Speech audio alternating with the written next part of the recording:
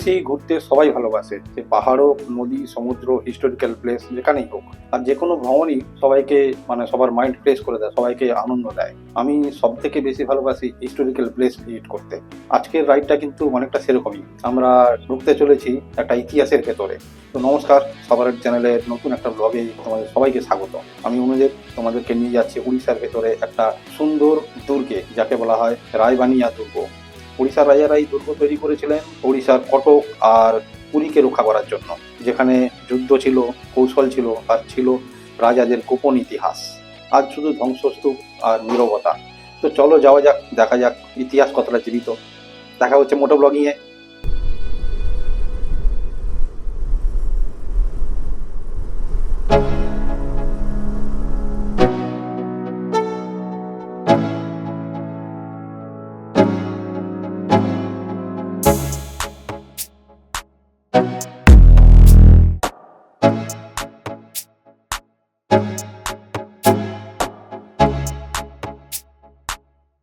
উঠে পড়েছি NH-16-এ, রায়বেনিয়া ফোর্ট। এই ফোর্ট উড়িষ্যা সীমান্ত থেকে 2 কিলোমিটার ভেতরে। শুধু সুবর্ণরেখা নদীটা একটু পেরোতে হবে, তারপরেই রায়বেনিয়া ফোর্ট। এই ফোর্ট উত্তর পূর্ব ভারতের মোটামুটি বড় বড় ফোর্টগুলোর মধ্যে এটা একটা অন্যতম ফোর্ট। এই রায়বেনিয়া দুর্গ হচ্ছে মধ্যযুগীয় একটি দুর্গ, আর এখানে গঙ্গারাজ বংশের নরসিংহদেবের সময়ে এই দুর্গ তৈরি হয়েছিল। বিশেষত ওড়িশার কটক আর পুরীকে রক্ষা করার জন্যই এই দুর্গ তৈরি হয়েছিল।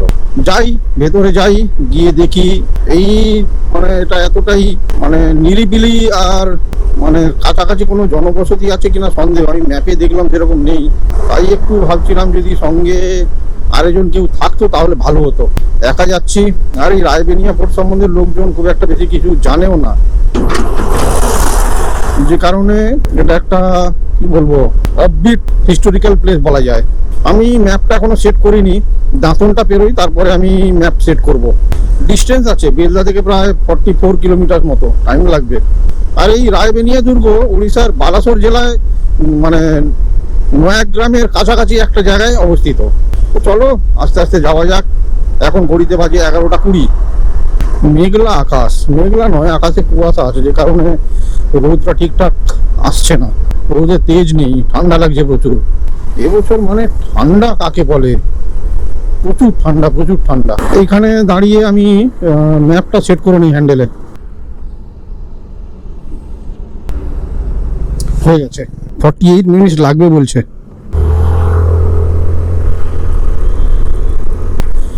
যথেষ্ট টাইম লাগবে, দূর আছে। আর আমি টু হুইলারটাও বেশি জোরে টানতে পারবো না, কারণ ঠান্ডা বাতাস লাগছে পুরো। দুটো জ্যাকেট পরলে ভালো হতো। আমি ভাবলাম বেলা হয়ে গেছে, দুটো জ্যাকেট পরলে গরম লাগবে, ওই জন্য একটাই জ্যাকেট পরে এলাম। ভুল করলাম। এর আগে ভিজিট করেছি কুরুমনাড়া, তারপরে মোগলমারি। গত বছর হায়দ্রাবাদ গেছিলাম, ওখানে গোলকোন্ডা ফোর্ট, এগুলো ভিজিট করেছি। হিস্টোরিক্যাল প্লেস ভিজিট করতে আমাকে খুবই ভালো লাগে। রাইডিং এর মজার সাথে সাথে একটা আলাদা অনুভূতিও পাওয়া যায়। এই রায়বানিয়া দুর্গ নিয়ে আমি যতটুকু বুঝলাম, সেরকম কোনো রক্ষণাবেক্ষণ নেই হয়তো, বা সেরকম প্রচার নেই। প্রচার হলে লোকজনের আনাগোনা বাড়তো বা টুরিস্ট যাতায়াত করতো। কুরুমবেড়া যেমন প্রচার হয়েছে, কুরুমবেড়া যেমন এখন রক্ষণাবেক্ষণ চলছে, সেরকম রক্ষণাবেক্ষণ সম্ভবত রায়বানিয়া দুর্গে হয় না। বা আমি গুগলে ছবি দেখেছি, মাঝখানে একটা মন্দির আছে, ওটা কিন্তু রিপেয়ারিং এর কাজ চলে মাঝে মধ্যে, কিন্তু সেইভাবে প্রচার নেই। গতকাল সন্ধ্যাবেলা এই রাস্তাটায় অনেকটা এসেছিলাম আমি, আসলে ভালো লাগছিল না। 1 সপ্তাহের উপরে হয়ে গেল বাড়ি এসেছি, কিন্তু এত ঠান্ডা, কোথাও বেরোতে পারিনি, বন্ধু বান্ধবের সাথেও দেখা করতে পারিনি, যে কারণে মুডটা ভালো ছিল না। কারণ ছুটি তো শেষ হতে চললো, তাই এমনি রাইড করলে, টু হুইলার চালালে মুডটা ভালো হয়ে যায়। তাই কাল সন্ধ্যাবেলা এদিকে অনেকটা এসেছিলাম। কলকাতা থেকে আসতে গেলে, ট্রেনে আসতে গেলে দাঁতন বা লক্ষণনাথ স্টেশনে নেমে ওখান থেকে ছোট ছোট গাড়ি পাওয়া যায়, টোটো বা ছোট ছোট গাড়ি, ভ্যান এসব পাওয়া যায়, এসবে যাওয়া যেতে পারে। আর আমি তো এখন বেলদা এসেছি, তো চাপ নেই, টু হুইলার নিয়ে বেরিয়ে পড়লাম, পৌঁছে গেলাম। সামনেই জলেশ্বর টোল প্লাজা। তো আমরা ওটা ক্রস করবো না, আমরা নিচ দিয়ে বেরিয়ে যাব, নিচ দিয়ে গিয়ে রাইট সাইডে বেরিয়ে যাব। ওই দেখো সব রাইড করতে বেরিয়ে গেল, কি স্পিডে যাচ্ছে, হেলমেট পরেনি তো, ওই দেখো কি অবস্থা। লেফট সাইড দিয়ে বেরিয়ে যাই, তারপরে নিচ দিয়ে রাইট সাইডে মেকে যাব। এখনো 30 মিনিট বাকি। হাইওয়েতে ছিলাম সুন্দর, এইবারে এই রাস্তাগুলো খুব একটা ভালো না, সরু রাস্তা, বাট রাস্তাটা মোটামুটি। কুড়ুমবেড়া যখন গেছিলাম ওই রাস্তাটা যত সুন্দর মসৃণ মোলায়েম মাখনের মতো, সেরকম না। জলেশ্বর টোল প্লাজা থেকে নিচ দিয়ে ভেতরে ঢুকে তারপরে রাইট সাইডে এসে তারপর লেফট সাইড, গ্রামের ভেতর দিয়ে যাচ্ছি। এইরকম গ্রাম মোটামুটি কুড়ুমবেড়া যাওয়ার সময় পেয়েছিলাম। বেশ সুন্দর মাটির গন্ধ বেরিয়েছে, ধান ক্ষেত, ধান কাটা হয়ে গেছে, আরেক সাইডে রোয়া হয়েছে, সেরকম একটা সুন্দর গন্ধ দেয় গ্রামের মধ্যে এলো, সেরকম একটা গন্ধ পাচ্ছি, ভালো। বাট সঙ্গে আরেকটা কেউ থাকলে ভালো হতো। দেখো গ্রাম সুন্দর কিন্তু একদম নিরিবিলি, লোকজন খুবই কম রাস্তায়। এখান থেকে রাইট সাইড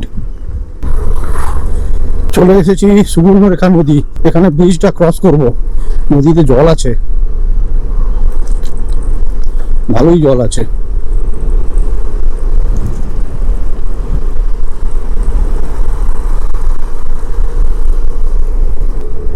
দু সাইডে ধান ক্ষেত, কিন্তু খড়গুলোকে পুড়িয়েছে, পুরো মাঠ কালো হয়ে আছে, কোথাও কোথাও আবার রোয়া হয়েছে। এখানে বেশ কয়েকটা মাটির বাড়ি দেখা পেলাম, সামনে একটা জল ট্যাঙ্কি। উন্নয়ন বলতে এসব জায়গায় কিছু কিছু পাকা বাড়ি হয়েছে মাটির বাড়ি থেকে, আর পাকা রাস্তা হয়েছে, এটুকুই। বাকি সব পুরো মানে দেখছি তো চারপাশে জঙ্গল ভর্তি, ফাঁকা জায়গা, নিরিবিলি, লোকজন কম। রিমোট ভিলেজ, জঙ্গল হলেও পলিউশন প্রচুর, গাছগুলো পুরো মানে ধুলোয় জমে সাদা হয়ে গেছে, সবুজ আর নেই। তবে গ্রামের ভেতর দিয়ে রাইড করতে খুব একটা খারাপ লাগছে না, বেশ মজাই লাগছে। কালকে দেখা যাক কোথায় যাওয়া যায়, এরকম ঠান্ডা হলে বেরোবো না, বাট যেতে পারলে ভালো হয় কোথাও একটা আর কি, কারণ পরশু দিন কলকাতা ব্যাক করছি। সামনে থেকে লেফট সাইড ওই আস্তে আস্তে, তোমরা একটু দেখতে থাকো মিউজিকের তালে তালে।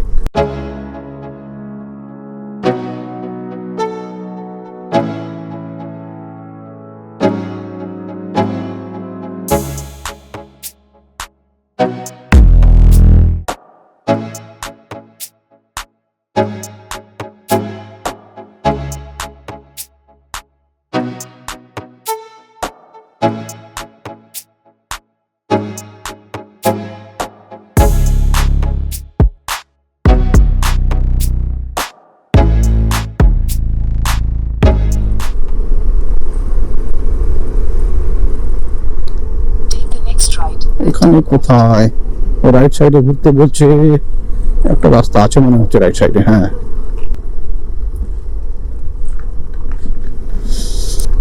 এখানকার বাড়িগুলো পাকা বাড়ি হয়ে গেলেও ডিজাইনটা মাটির বাড়ির মতোই রেখেছে।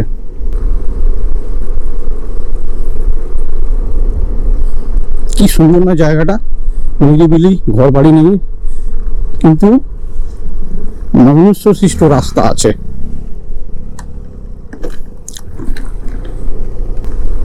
তবে এইসব জায়গায় কিন্তু সন্ধ্যাবেলা আসলে ভয় লাগবে, গা ছমছম করবে।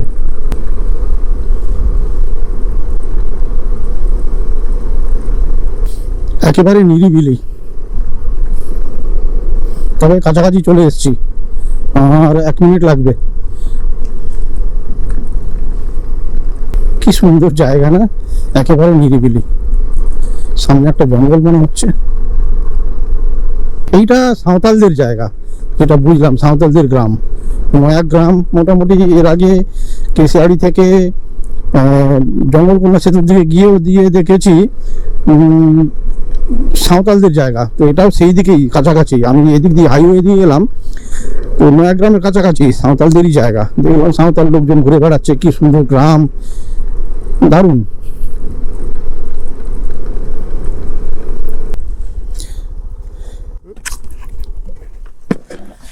এখানে রায়বাইনিয়া দুর্গ আছে না একটা, কোথায়, যেখানে যাওয়া যায়? আচ্ছা, চলে এসেছি। দেখিয়ে দিল, একটা মন্দিরও দেখা যাচ্ছে। টু হুইলারটা কোথায় পার্ক করব? এই তো এখানে অনেকে টু হুইলার রেখেছে, পিকনিক হচ্ছে।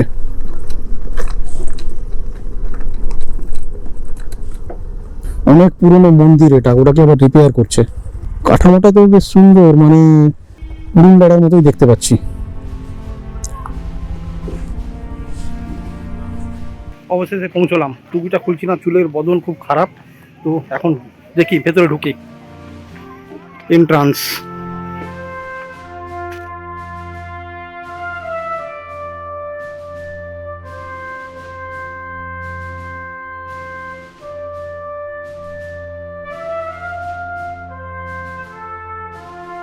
রাইড করে আসার সময় একটা জিনিস আমি ভুল বলেছিলাম, এখানে রক্ষণাবেক্ষণ নেই, বাট রক্ষণাবেক্ষণ শুরু হয়েছে।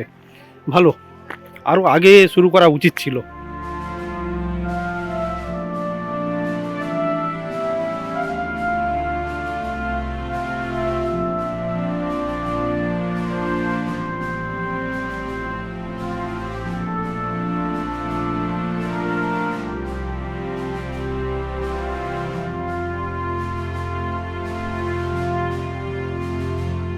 কুড়ুমবেড়া দুর্গের এরিয়াটা কিন্তু অনেকটাই বড়, এটা অনেকটা ছোট।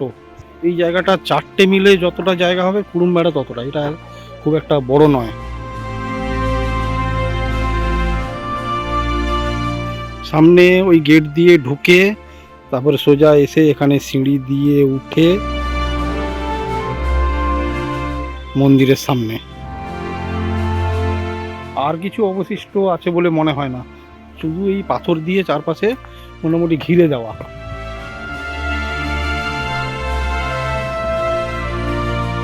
আজ শুধু মানে এরকম বোল্ডারের ধ্বংসাবশেষ, আর কিচ্ছু নেই।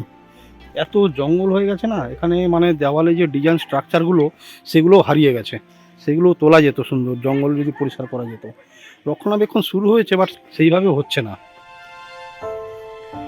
দেওয়ালের গায়ে এই ধরনের ডিজাইন করা আছে।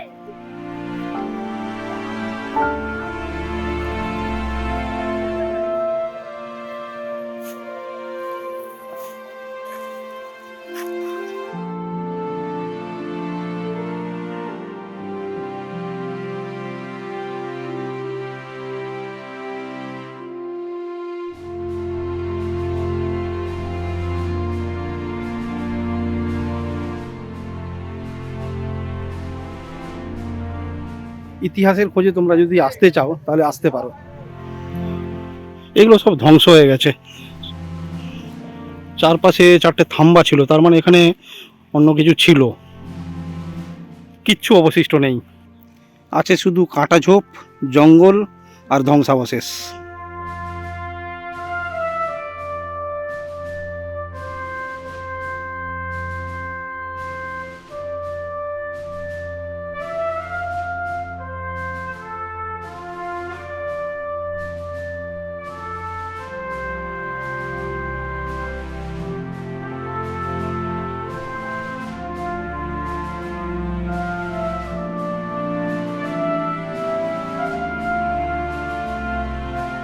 অনেকক্ষণ থাকলাম, এবারে বেরোই।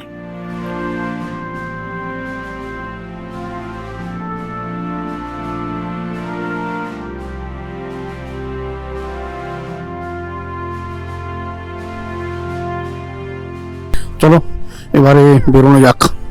বেলা হয়ে গেছে, 1টা বেজে গেছে। মোটামুটি 1 ঘন্টার উপরে লাগবে বাড়ি ঢুকতে।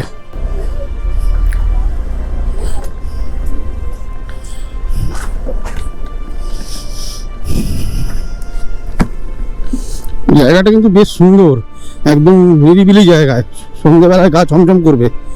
হ্যাঁ, কুড়ুমবেড়া জায়গাটা, কুড়ুমবেড়া ফোর্টটা অনেকটা বেশ ভালো, এখানকার থেকে অনেকটা বড়, আর অনেক রক্ষণাবেক্ষণ আছে, বেশ সুন্দর। কিন্তু কুড়ুমবেড়াটা অনেকটা লোকালয়ের ভেতরে।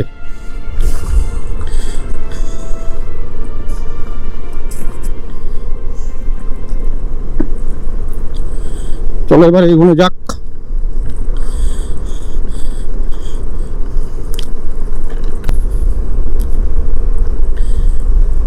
এই গ্রামের জায়গাটা এত সুন্দর লাগছে, আমি এখানে ক্যামেরা বন্ধ করতে পারছি না। দুর্গটা কেমন লাগলো তোমরা একটু কমেন্টসে জানিও। আর আমি এই ভিডিওর শেষে কুড়ুমবেড়া দুর্গ আর মোগলমারির লিংক শেয়ার করে দেব। ভিডিওগুলো তোমরা দেখো। আবার চলে এলাম সেই ব্রিজটাতে, একটু ছবি তুলবো দাঁড়িয়ে।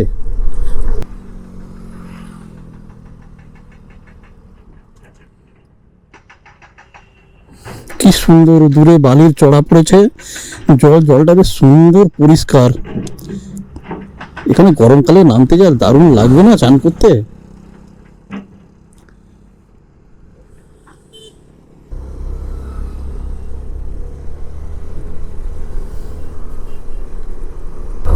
চলো, চলে এসেছি হাইওয়েতে। এখনো দেখাচ্ছে 36 মিনিটস লাগবে, বাট তার আগে আমি বাড়ি পৌঁছে যাবো। হাইওয়েতে টেনে দেবো। এবারে তো আর কোনো অসুবিধা নেই, এবারে তো পুরো রাস্তা চিনি, সোজা সোজা বেরিয়ে যেতে হবে ব্যাস। কাছাকাছি মোটামুটি 3টে হিস্টোরিক্যাল প্লেস, না 4টে হিস্টোরিক্যাল প্লেস পেলাম। পুরুনমেড়া ফোর্ট, মোগলমারি, সরসংখ্যা দিঘি আর রায়বানিয়া দুর্গ। পুরুনমেড়া ফোর্টে তো ছোটবেলা কেটেছে আমার, ঠাকুমার সঙ্গে যেতাম ওই গ্রামে, বাবার মামা বাড়ি। 1 সপ্তাহ করে কাটিয়ে আসতাম, 10 দিন করে সময় কাটিয়ে আসতাম ওখানে। পুরুনমেড়ার ভেতরে মেলা হতো। এই ধরনের হিস্টোরিক্যাল প্লেস ভিজিট করতে আমার খুবই ভালো লাগে। কাছাকাছি, কোনো অসুবিধাও নেই। দেখলে কেমন পুলিশটা টাকা নিল।